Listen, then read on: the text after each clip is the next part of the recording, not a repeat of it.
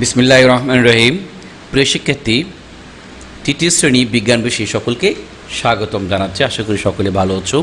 তো আজকে আমরা আলোচনা করব পঞ্চম অধ্যায় শক্তি নিয়ে।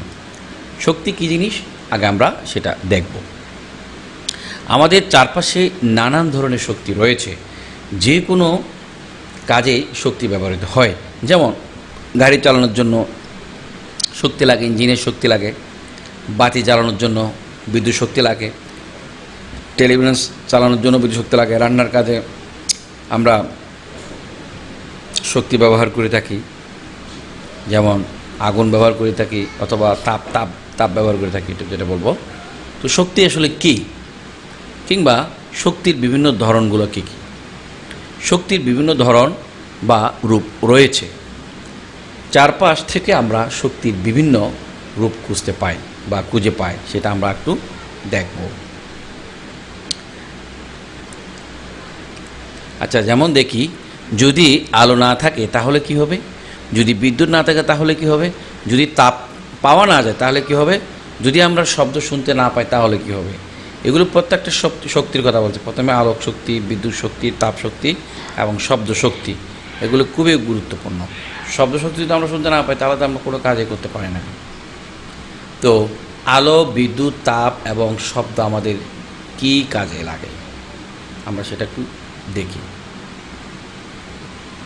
এই যে এখানে আমি টেলিভিশন চালাতে পারছি না, কেন? বিদ্যুৎ নাই। আমার ঠান্ডা লাগছে, কেন? তাপ নাই। তুমি কি বলছো? আমি তোমার কথা শুনতে পাচ্ছি না। তার মানে শব্দ শক্তি, তাই না? এগুলো খুবই কাজের জিনিস। শক্তি হলো এমন কিছু, কোনো কাজ করতে যা অবশ্যই প্রয়োজন। আলো, তাপ, বিদ্যুৎ এবং শব্দ হলো বিভিন্ন ধরনের শক্তির রূপ। যেমন এটা আমরা আলোক শক্তি ধরলাম, যেটা সূর্য থেকে পাচ্ছি। আলো এক ধরনের শক্তি যা সাহায্যে আমরা দেখি, কারণ আলো ছাড়া অন্ধকার কিছু দেখা যায় না। আলো ছাড়া আমরা কোনো কিছু দেখতে পাই না। সূর্য থেকে আমরা সবচেয়ে বেশি আলো শক্তি পাই। আর হচ্ছে বিদ্যুৎ শক্তি। তো বিদ্যুৎ হলো এমন এক ধরনের শক্তি যার সাহায্যে আমরা বিভিন্ন ধরনের বৈদ্যুতিক যন্ত্রপাতি চালাই। যেমন ফ্যান আছে, তারপর এই মোটর আছে, টেলিভিশন আছে, এগুলো আর কি। আমরা বিদ্যুৎ পাই মূলত বাড়ির বৈদ্যুতিক সংযোগ অথবা ব্যাটারি থেকে। আচ্ছা, তাপ শক্তি। তাপ হলো এক ধরনের শক্তি যা কোনো কিছু বা কোনো বস্তুকে গরম রাখে। কোনো কিছু পোড়ালে আমরা তাপ পাই। এমনকি দুটি বস্তু, যেমন আমাদের দুই হাতের তালু ঘষলেও এরকম হাত দিয়ে ঘষে দিয়ে তাপ শক্তি পায়। তো তাপ, সূর্য তাপের অন্যতম উৎস। এবার আমরা দেখব শব্দ। শব্দ এক ধরনের শক্তি। শব্দের সাহায্যে আমরা শুনতে পাই। কোনো বস্তুকে আঘাত করে শব্দ তৈরি করা যায়। এছাড়াও শুধু শব্দের মাধ্যমে আমরা অনেক কিছু করা যায়। যেমন কূপের গভীরতা নির্ণয় করা যায় শব্দ দিয়ে, শব্দের প্রতিধ্বনি ব্যবহার করে, তাই না? তো যেমন এখানে ড্রামে যদি আমরা আঘাত করি একটা শব্দ হবে। শক্তির ব্যবহার।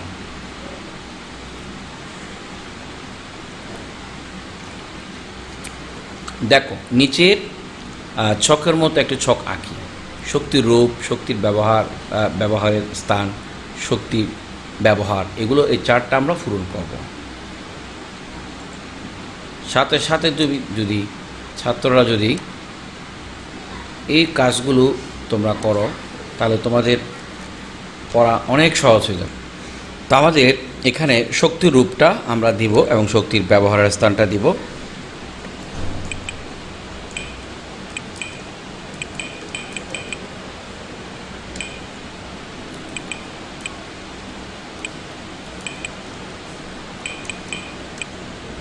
রান্নাঘর,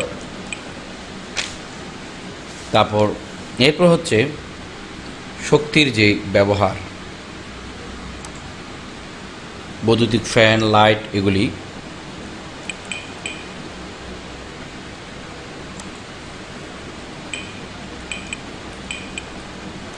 বৈদ্যুতিক ফ্যান,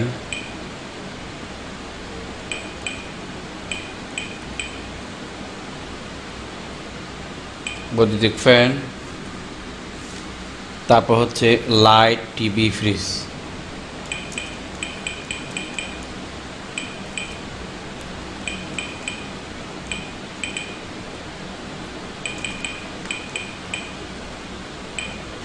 লাইট, টিভি, ফ্রিজ, তারপর হচ্ছে ঘড়ি, এগুলো ইত্যাদি।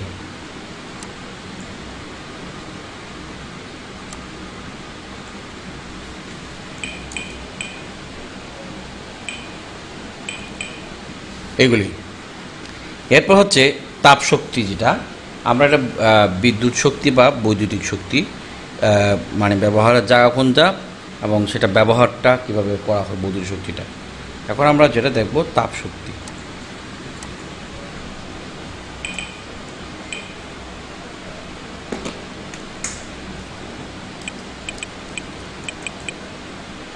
তাপ শক্তি, এই তাপ শক্তিটা সাধারণত রান্নাঘর, চুলা এখানেও ব্যবহার করে, কারণ রান্নাঘর চুলা ব্যবহার না করলে রান্না করা যাবে না।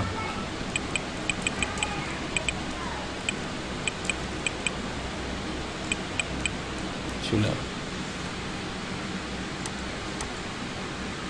তারপর এখানে হচ্ছে চুলার মধ্যেই সাধারণত ব্যবহার করা হয়।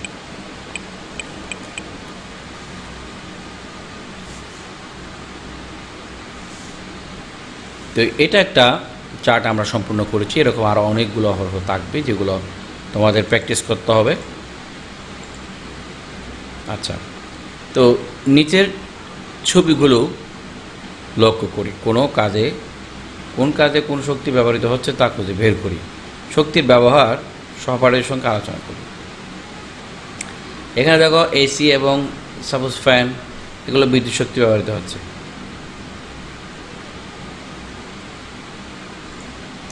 এখানে টিভি আছে, টিভিও কিন্তু বিদ্যুৎ শক্তি ব্যবহার করা হচ্ছে। এই যে এখানে এটা কি, তাপ শক্তি ব্যবহার করা হচ্ছে রান্না করে। যেমন আলোক শক্তি,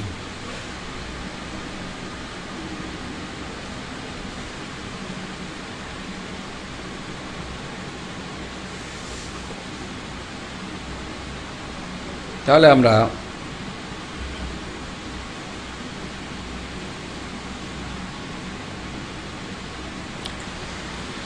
আমরা দেখেছি এখানে অবশ্যই আলোক শক্তি ব্যবহারের প্রয়োজন হয় যদি ঘর আলোকিত করতে হয়।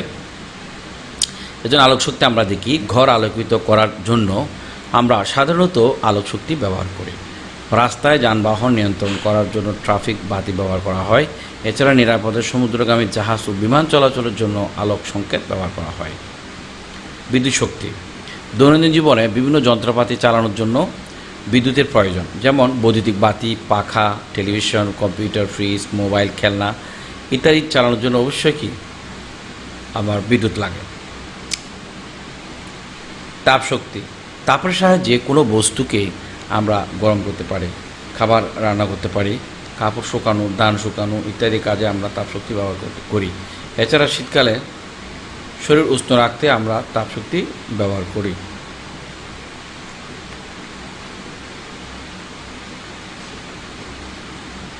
এবার হচ্ছে তাপ শক্তি, তাপের সাহায্যে কোনো বস্তুকে আমরা গরম করতে পারি, খাবার রান্না করতে পারি, কাপড় শুকানো, ধান শুকানো ইত্যাদিগুলো করি। এবার হচ্ছে শক্তির অপচয় রোধ। আমাদের জন্য শক্তি অত্যন্ত মূল্যবান, কিন্তু আমরা নানাভাবে শক্তি অপচয় করে থাকি।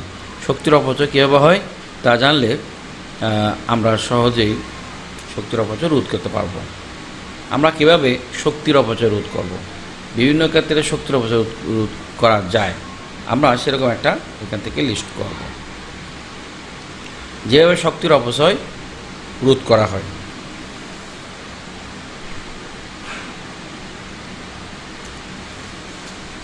তো সেটা খুবই খেয়াল করতে হবে। আমরা দিনের বেলায় প্রয়োজন ছাড়া বাতি জ্বালাবো না। একটা প্রবাদ আছে, যেজন দিবসে মনের হর্ষে জ্বালায় মোমের বাতি, আসো গৃহে তার দেখিবে না আর নিশীথ প্রদীপ বাতি। তার মানে অর্থটা কী বুঝাইল, অবাঞ্ছিত বা হয়তো যদি লাইট জ্বালাও তখন যখন প্রয়োজন, তখন তুমি কি করতে পারবে না, আর জানাতে পারবে না।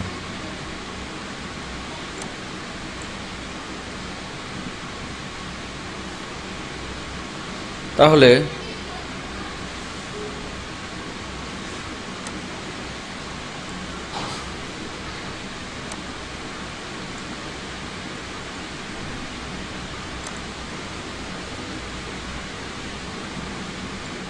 এটা হচ্ছে দিনের বেলায় বাতি জ্বালিয়ে রাখলে, বাতি ফ্যান ওগুলো চালিয়ে রাখলে অপ্রয়োজনীয় আর কি।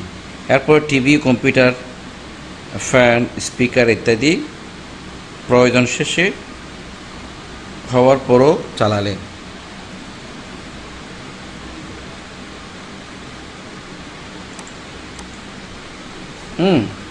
টিভি, কম্পিউটার, ফ্যান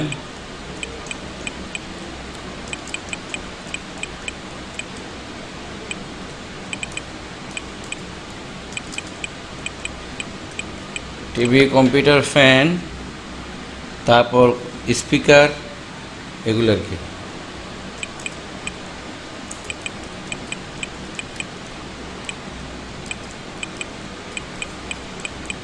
ইত্যাদি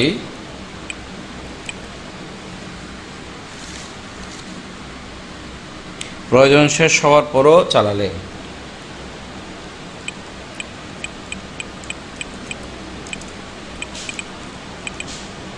প্রয়োজন শেষ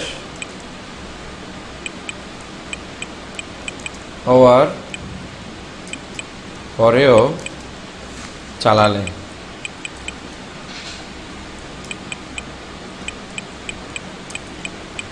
চালিয়ে রাখলে।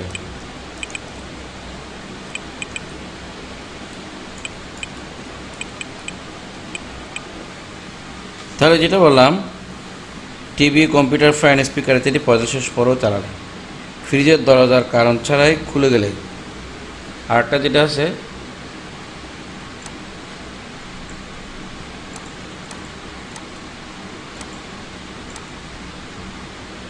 তো এটা হচ্ছে ফ্রিজের দরজা কারণ ছাড়াই খুলে রাখলে।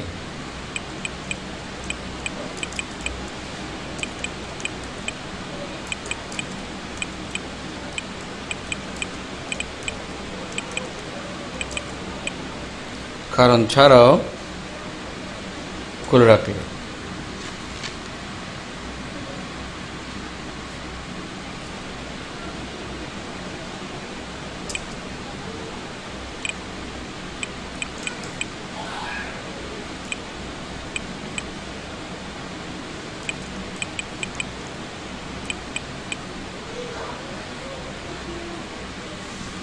তাহলে আমরা কি পেলাম?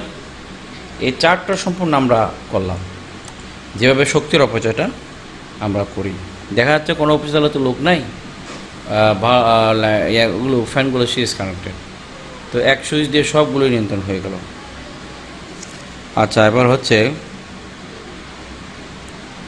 নিচের ঘটনাগুলোতে কোন শক্তি ব্যবহার করা হয়েছে। যেমন ঘটনা: আলোকিত ঘর, দেওয়াল ঘড়ি,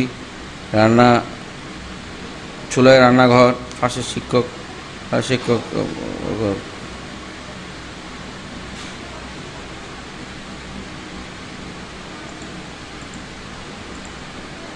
সো আমরা শক্তির অপচয় অনেকভাবে চাইলে একটু রোধ করতে পারি, কমাইতে পারি।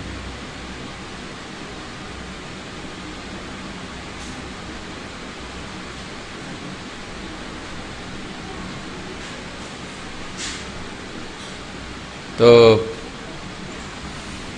তো আমরা অনেকগুলো শক্তির প্রয়োগ এবং শক্তি সম্পর্কে আমরা এখানে দেখলাম।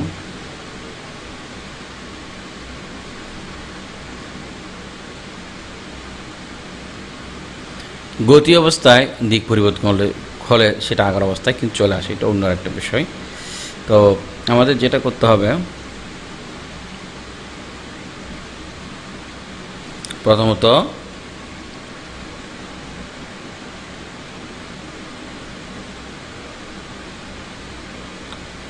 অলস প্রকৃতির ছাত্র কখনো ভালো করতে পারে না। সেজন্য আমি বলবো একটু বেশি করে চর্চা করবা, বোঝার চেষ্টা করবা, ইনশাল্লাহ পারবে। আমাদের কাজ হচ্ছে এই ধরনের ঘরগুলো ফিল আপ করে নিতে হবে।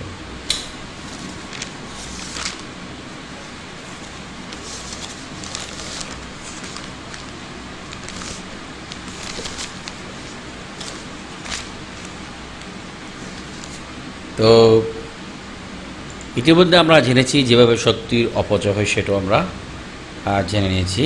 এবার এই ধরনের চার্টটাকে আমরা সম্পূর্ণ করব, সুন্দরভাবে এই চার্টটা আমরা সম্পূর্ণ করব।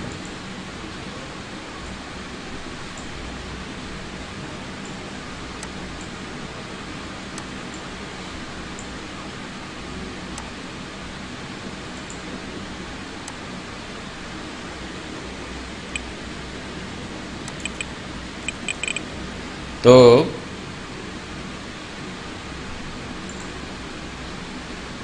এখন আমরা এটা ফিল আপ করবো, যেটা করতে হয়।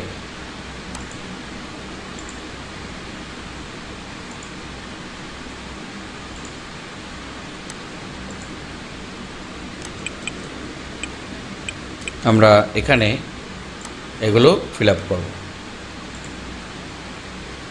শেখার জন্য। আলোকিত ঘর এটা কি, সে কোন শক্তির, কোন ধরনের শক্তি ব্যবহার করতে হয়? আলোক শক্তি,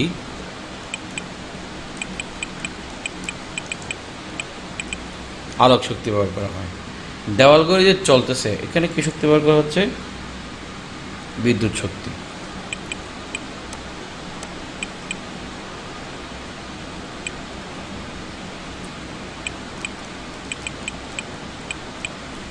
এটা বিদ্যুৎ শক্তি। চুলায় রান্নাঘর, এটা কি হতে পারে?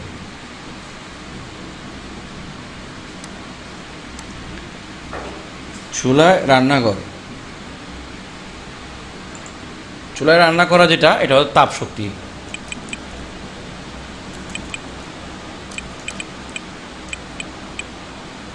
আচ্ছা, চুলায় রান্না করা হচ্ছে তাপ শক্তি। ক্লাসের শিক্ষক কথা বলা, এটা হচ্ছে শব্দ শক্তি।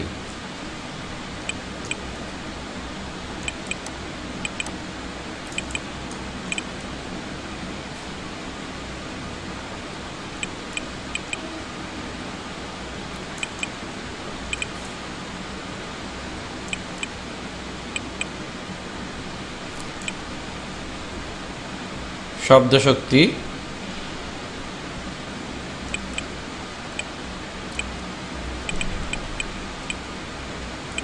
এটা হচ্ছে শব্দ শক্তি। তা আমরা এতক্ষণ দেখলাম যে এই ছকগুলো করার জন্য, সেগুলো তোমাদেরকে আমি করে দেখাচ্ছি, একটু ভালো করে দেখবে। এই ধরনের চার্ট আসলে এগুলো তোমরা ফিল আপ করতে পারবা।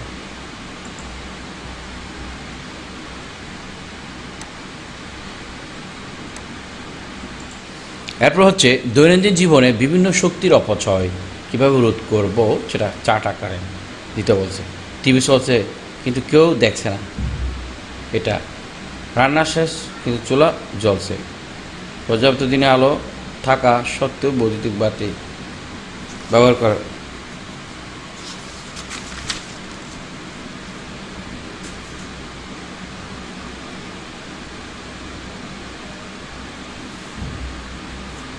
তাহলে এখানে শক্তির ধরনটা কী হবে, আমরা সেটা একটু দেখি।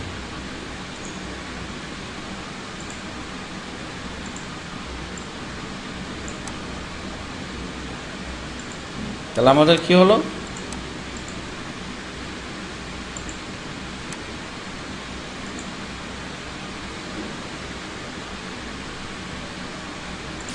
তো আমরা এখানে টিভি চলছে কিন্তু কেউ দেখছে না। একটু চিন্তা করে দেখো তো, এটা কোনো কাজ আসবে আমার? তাহলে শক্তির ধরনটা হচ্ছে কি, আমার বৈদ্যুতিক শক্তি, বিদ্যুৎ শক্তি।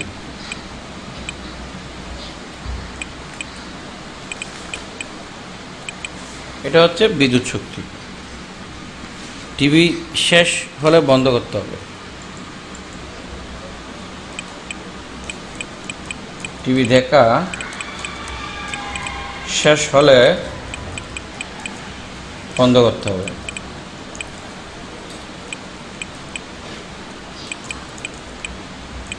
টিভি দেখা শেষ হলে বন্ধ করতে হবে, এই। তারপর হচ্ছে আমাদের রান্না শেষ কিন্তু চুলা জ্বলছে, এমন যদি হয় তাহলে এটি কি তাপ শক্তি।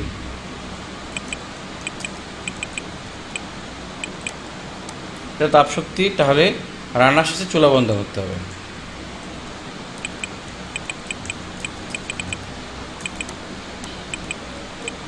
রান্নার শেষে চুলা বন্ধ করতে হবে।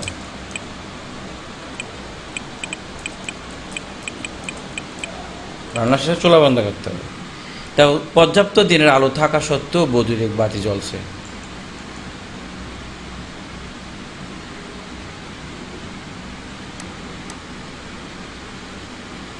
তাহলে এটা কোন শক্তি?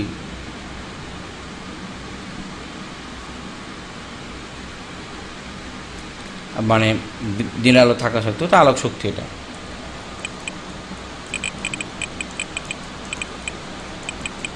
এটা হচ্ছে আলোক শক্তি। দিনের আলোয় সর্বোত্তম ব্যবহার করা, আসলে দিনের আলো ব্যবহার করা, দিনের আলো ব্যবহার করা।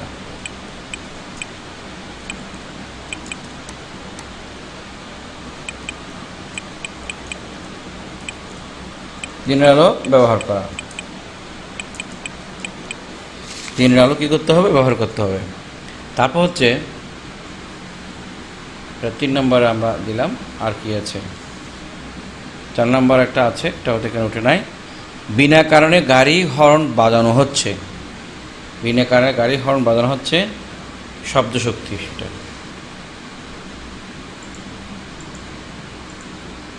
এই যেখানে বিনা কারণে গাড়ির হর্ন বাজানো হচ্ছে, সো এটা হচ্ছে শব্দ শক্তি। এখানে লিখতে হবে বিনা কারণে হর্ন বাজানো থেকে বিরত থাকুন। বিনা কারণে হর্ন বাজানো থেকে বিরত থাকুন। ঠিক আছে? তা আমরা চেষ্টা করছি প্রত্যেকটা ছক তোমাদেরকে দেখিয়ে দেওয়ার জন্য। ঠিক আছে? আমরা পরবর্তী পরবর্তী ক্লাসে আমরা কি করব? অনুশীলনীর সমস্ত প্রশ্নগুলো একটা সমাধান কল্পে তোমাদেরকে আমি শিখিয়ে দেবো। তো আজকে এই পর্যন্ত শিক্ষিত বন্ধুরা ভালো থাকবে, সুস্থ থাকবে, এবং ভিডিওটি ভালো লেগে থাকলে তোমার বন্ধুদের মধ্যে শেয়ার করে দিবা। আর ভিডিওর পাশে থাকা বেল আইকনে ক্লিক রাখবে যাতে নতুন নতুন ভিডিও তোমরা পাও। এই প্রত্যাশা রইল। সকলে ভালো থাকবে। আল্লাহ হাফেজ। আসসালামু আলাইকুম।